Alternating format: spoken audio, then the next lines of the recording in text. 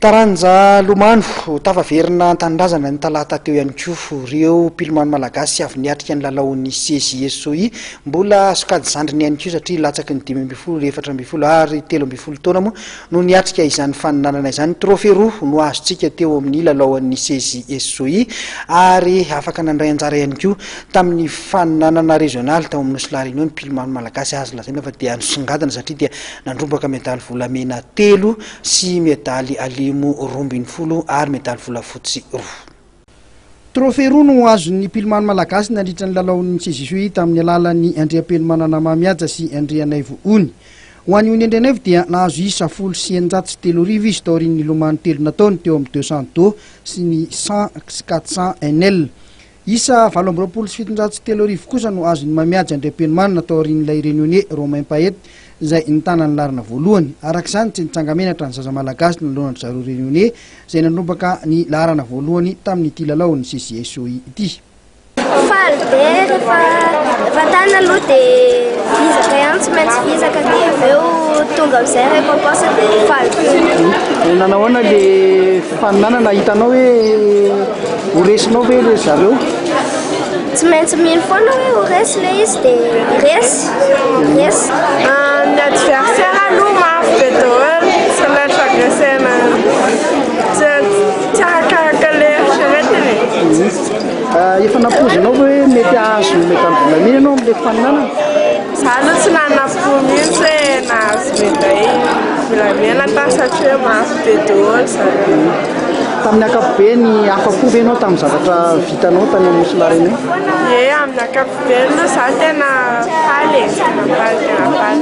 Faly dia tamin'ny zavatra natao tamin'ny entraînement natao dia tsy nisy zava tsy teo no coach nakotrana anay moa zany dia faly. Ina tamin'ny vona manaraka? Tamin'ny vona jeudesy.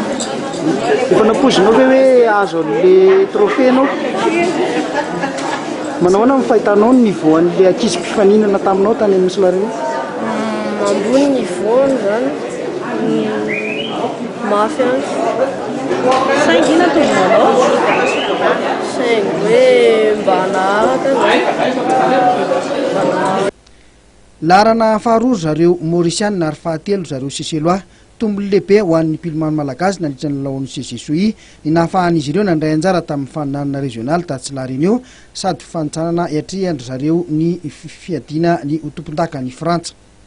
Le dingana moa zany somary na dia tsy napozinay moa zany le zavatra aseho tany mafy be le mpifaninana fa dia niezakitsika Madagasikara zany mba niaro volinay tsika.